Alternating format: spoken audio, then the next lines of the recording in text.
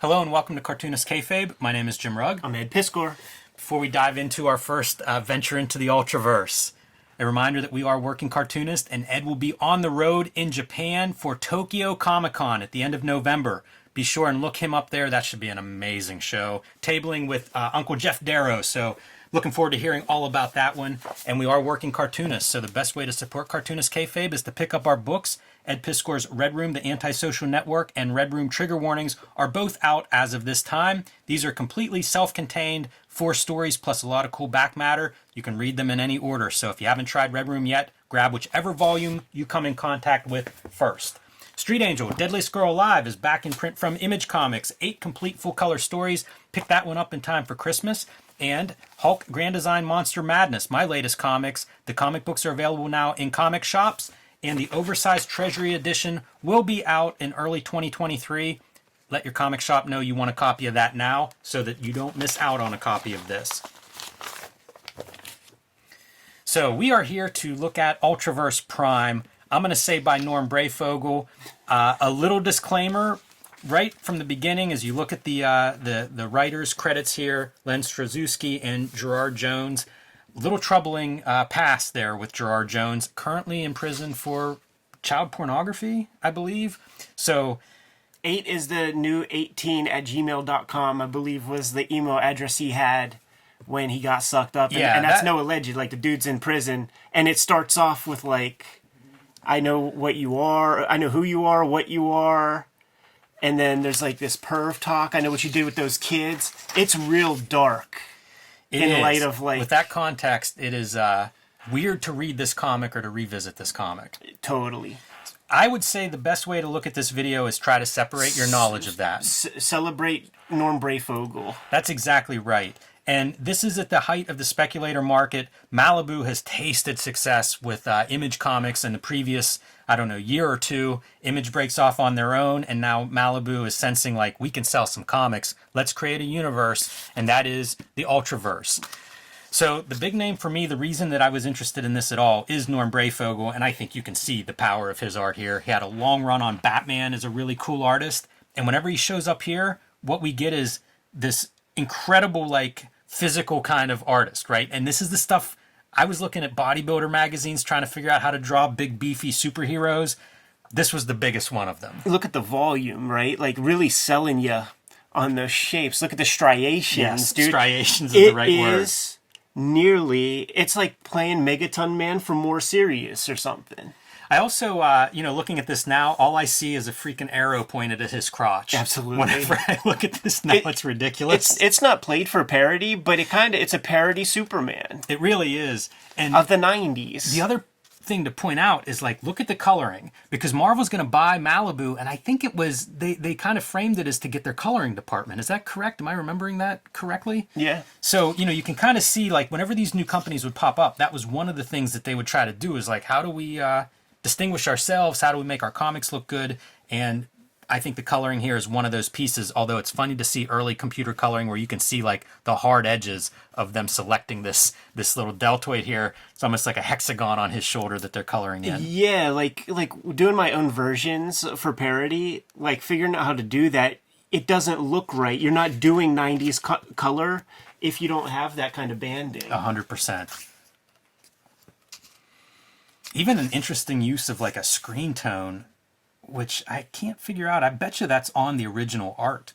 This gradation screen tone. Right. I don't know that people were doing that, although it is perfectly like horizontal and vertical orientation. So who knows? Maybe they did figure that one out on their computer. But I found this reread of this issue to be pretty good as a first issue. We go right into the action, as we often say. We look at a lot of #1 issues. What makes an issue stand out or whatever. This is kind of compelling because as our gym teacher is fighting back, a lot of interesting stuff's happening. First, Prime hits him, and this is the captions of the gym teacher afterwards, kind of like somebody's interrogating him as to like, who is this superhero, trying to gather info on Prime. And he says it was like he didn't know his own strength. This little backhand sends him across the gym, and then when the gym teacher kicks him, because he's a martial artist, breaks his own ankle on the side of him. And what's the deal, right? Like, it's still that... A lot of questions. Well, I'm saying it's still that pervy shit. That's what we're dealing with, is the pervy shit. And we have Prime breaking a dude's arm. Like, it's like Homeboy was writing this shit. It's like telling on himself or something. Like, it's really a fucking weird context that you just really can't shake. This is kind of a fun moment, too. After he dispatches this guy, hurts him pretty bad, turns to the girls that he's allegedly there to defend, and is like, I'm your protector and avenger, don't be afraid. And you can see, like, it's even framed that way. She's crotch level of, like, this giant Hulk that just busted this dude up badly. This made me think of the end of that Bill Sienkiewicz, Frank Miller, Daredevil graphic novel, where the Kingpin... is trying to get his woman help with her catatonic state and her psychological damage and all that. And then when she comes to, like, he realized, like he's the problem. She scared the fuck of you, dude. Yeah. Certainly get a sense of that. And now we have our gym teacher recovered a little bit, and he's being interrogated by some mysterious force. It's so stereotypical, like... Wesley Snipes, like New Jack City type. Well, here's my criticism of this issue 1. There's a lot of exposition, and they don't always handle it in a great way. I feel like that scene up to this point, pretty well done, but now we've just got talking heads, and the next talking head to come in was a drug dealer playing up those stereotypes. I kind of like Prime smashing through there. There's something funny to me about, like, going into, I guess, a crack house, people sitting on the porch here. He calls it a Mr. Universe. Yeah. Oh, but this is actually kind of cool. Like, I thought the feds, like, got a helicopter to drop a bomb on us, and there's that great documentary about the MOVE organization in Philadelphia where that literally happened. Yeah, right.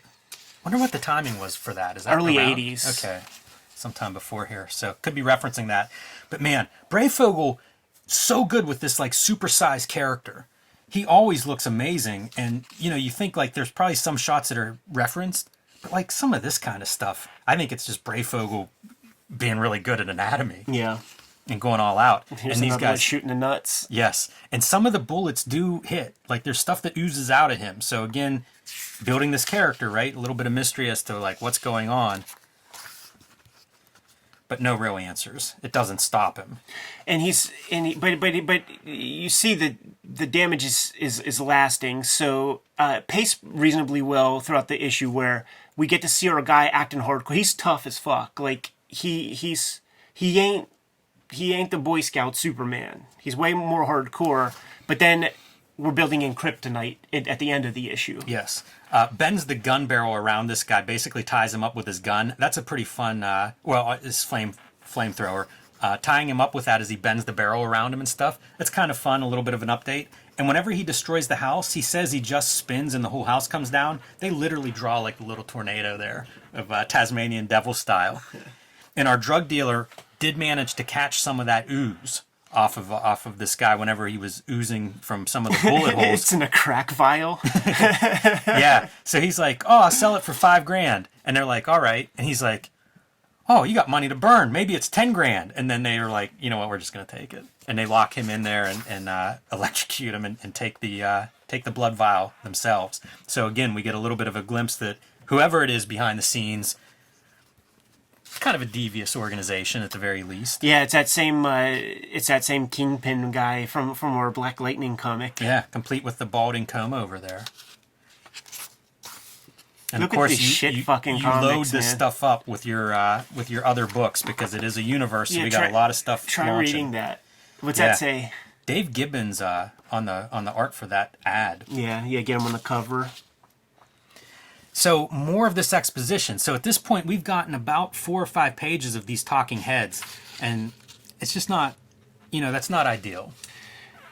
On go on the inside cover again. Like, do we have in the indicia anywhere? Because like Harris Miller helped these guys out too. He helped the Image dudes form their deal. I thought I saw Harris's name in here. It might be at the end. Yeah, it could be. And it was in the Edge comic as well. So he helped form the Ultraverse set of characters with all those creators. He helped set up Bravura. He's like the secret... Doing a lot of work at Malibu. Yeah, and he's behind the scenes on all that shit. Paul Mounts is your colorist. Paul Mounts, I believe, colored the X-Men trading cards, the Jim Lee X-Men cards. Yeah, all the trading, like the Marvel Universe joints and stuff. So again, continuing on, and these are almost ads for Ultraverse, this exposition, because first we have some hard case stuff, caught almost like paparazzi or something following these heroes around. Then we have Prototype. Is Prototype dead? Did he die in this test thing? They're about to go public with their stock margins. Which is it's still Talking Heads. Now we have our guy who was listening to the Talking Heads watching more Talking Heads on television. Yeah, pretty bad. Gets messy when it comes to like all those other comics. Like I think that Gerard Jones dude wrote a handful of things, man, set up the Ultraverse and stuff. But other writers, and they have participation and ownership and shit. So that gets very murky. I've always heard that the reason these characters are just in oblivion is because the creators were set up for a piece, and I think that Marvel Disney just isn't going to participate in that. So you don't get to see any of these characters anymore, even though they own them. Even pre-Disney, yeah. So like the idea is like if Prime shows up, the Breyfogle estate will get something. It doesn't have to be drawn by Breyfogle. Look at how muscular that leg is. Yeah, that's a tricep hamstring. So beefy and so tight. So we're going to get another shot here. This is the third piece in issue 1 of Prime going out to Somalia now to help out in, I guess, just delivering food. It says terrorists are blocking food supplies, so that's pretty noble. We can all agree on that. And Prime is out there to break through and allow this food from the UN to get delivered. And you see kind of a montage of him getting shot up and then retaliating, destroying these tanks. Always looking pretty cool. Looking kind of funny in that one.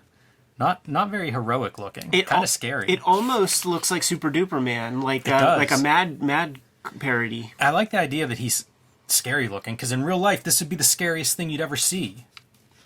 We have Superman and he's American. Remember, like that whole shit. Like that would be the first thing that you need to know. Like, is he on our side? It reminds me of stuff like Miracle Man, which they would have all had the benefit of knowing about at this point. Because yes, if you show up with this dude, just it's a weapon. This gives you a good idea of like the era that we're in. Like the 1963 dudes are starting to look. It's just Mystery Incorporated, not even 1963. Wildcats 1 and the trilogy. So like the Jay Lee joint. Jack Kirby is over there at Image. Mike Grell does a comic called Shaman Steers. One word. With that papyrus font. Yeah, I know, man. The Extreme Studios is branching out, so that's where we're at now. We're in the branch out phase. Like the original Image founding fathers, they put out their comics to great success. Now we're like in the Death Blow era. Yeah, and it's funny you say Death Blow, because this is the death blow to the Speculator bubble. I mean, it's Turok #1 and it's the Return of Superman, which everybody points to as like that's when things start taking their nosedive. I mean, just look at this abusive language, like Order 3 or They're more. They're all that way. It's such bullshit. Yeah, when comics were cryptos. Yeah, man. this is predatory like speculation practice. But before that, it was like Order 10 Youngblood ones and get 50 cents off an issue. Order 3 or more, like Jesus, of course, right? Everybody was participating, but also realized it. I don't know that anybody was ignorant. The ignoramuses are like when Bill goes to that rich dude's house. Yeah, right. After he passes. I was gonna say I'm the ignoramus. Like I probably bought everything up here. Right, but you didn't buy 3. That's why you're not the ignoramus. The guy that Bill went to go see had about 10 to 20 copies of every Valiant #1. Yeah, that's rough. Hey, back to our Prime comic. So Prime did get a little beat up in this whole fighting the terrorists in Somalia, and you can see it. He doesn't look good in his expression. That hand's just melted off or something, leaving stuff behind. Reminds me almost of like Megaton Man. Some of the visuals. Yeah, absolutely, man. Crashes into this building and is just not doing good. Yeah. By the way, like this would have been the B list of Malibu superhero universe. But this was like this is the answer to the Image guys. Like they do the first round of Image stuff, and in the Youngbloods and shit, they're pimping Protectors comics, and so like this is probably more owned by the Malibu dudes, and they just did their best, but it's so generic and boring And you don't even see these in the quarter bins because I don't think they ever generated that many copies. Yeah, that's an interesting Do you have one Protectors? I don't think I've ever seen a Protectors comic. You know what? In the I have wild. spin-offs. I don't know if I have Protectors, but like there'd be like Ferret. There were a handful of these things. One had a bullet hole gimmick that I think went that's through Ferret. It might be. I have one of them that I think's pretty funny. But yeah, you are right. Like they're the B list of Malibu superheroes. Yeah, that S. Clark Hallbaker guy, I think, does some drawings for covers at least. Yeah, covers, I think. I don't know if he does interiors, because I was following him. Because that's his image that would be in the ads, in the Image comics. And this is just like, it's a little boy inside a man. Yeah, this is where we start naked. to get something. And some cool Breyfogle stuff, you know, like his Prime's face is melting off and you can just see a little bit of the kid inside's face. That's a good image. Very disturbing. This is horror movie stuff. Yeah. Pushing to get out. Love that, you know, like as he's like reaching and making that membrane thinner and thinner until he finally emerges from it. And this is what we see. Charles Burns style, like skin shed on the floor behind him. And hard to tell that this is a kid, but yeah. we would learn that this is a kid. This is, I guess, middle school or high school, whatever age that inappropriate gym teacher was in the beginning, that is his age. That's how he knows that stuff's going on and why he was trying to protect those girls. And heck of a first issue. A lot of ground covered. It's true. This is the only Ultraverse, well, Rune would be the other one, that I brought myself to read. Yeah. The rest of it was just a little bit, I just could not. The costume for Solitaire was pretty cool, but I might have picked that up. was Ernie never... Steiner, I think, might have drawn an issue or two of Solitaire. Man, not the one that I have. No, it was Dave Johnson? Not Dave Johnson. I'd be surprised about that. Yeah, not Dave Johnson. It was very rough stuff. I got it, but...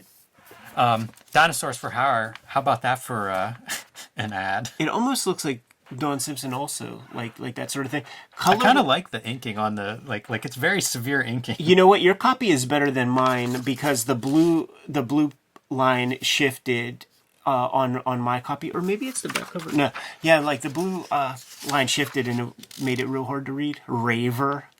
I thought this was part of that Protectors kind of group, but I might be wrong, and it's just part of the generic superheroes Malibu was doing. And it's written by Chekhov from Star Trek, and they're making the distinction that this is Chekhov's first color comic, because I guess he had a big career in the black and white. That's ridiculous.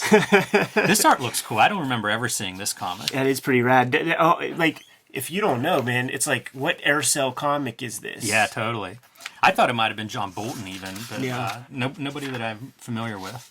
And there's your Ultraverse. They're putting their money behind to try to sell. And Heroes #1 to, again, give you an idea of when this is. And Heroes shows up right as the bubble bursts. It does. You know, if this is issue 1 and we see the remnants in there. But Norm Breyfogle, the star of this book. Absolutely, man. And it's cool. I think he does 12 issues of this thing. So love Breyfogle, and man, he's just peak with this stuff. Whenever I would look at like the best vein artist, Breyfogle would make my list all based on Prime. Absolutely, man. But he actually refines his vein drawing on Bloodshot. Like, you know, that's right. That's a good run too. Prime's the pump for Breyfogle's vein drawing because some of the stuff in there, it's a little all over the place, but yeah. He gets it nailed down after doing 100 pages of this shit. Speaking of all over, like look at some of the coloring choices on. Throughout this whole thing, there were weird blues showing up Bizarre. on dudes' faces. It is good though. You can see his face where it's like he's just creepy. It's a little bit too much. Like that is not comforting. That's not Superman's classic 50s good looks. He looks like Chain Gang in the jibs, man. That's good. Good to go? Yeah. Kayfabers, like, follow, subscribe to the YouTube channel, hit the bell. We'll notify you when new vids are available. Jimmy, tell the people what you have out there, man. Hulk Grand Design is in stores right now in comic book form. In early 2023, the oversized Treasury Edition will be out. Got to pre-order that now to make sure Marvel prints a copy for you. Street Angel Deadly Squirrel Live, back in print from Image Comics, is available now everywhere. 8 complete full-color stories, and you can join me on patreon.com/JimRugg, where you can see a lot more of my comics and art. Red Room trigger warnings. Red Room, the antisocial network, trade paperbacks in stores now. Murder on the Dark Web for Fun and Profit is the name of the game in the Red Room comics. Each book contains 4 complete stories, along with 70-plus pages of additional material.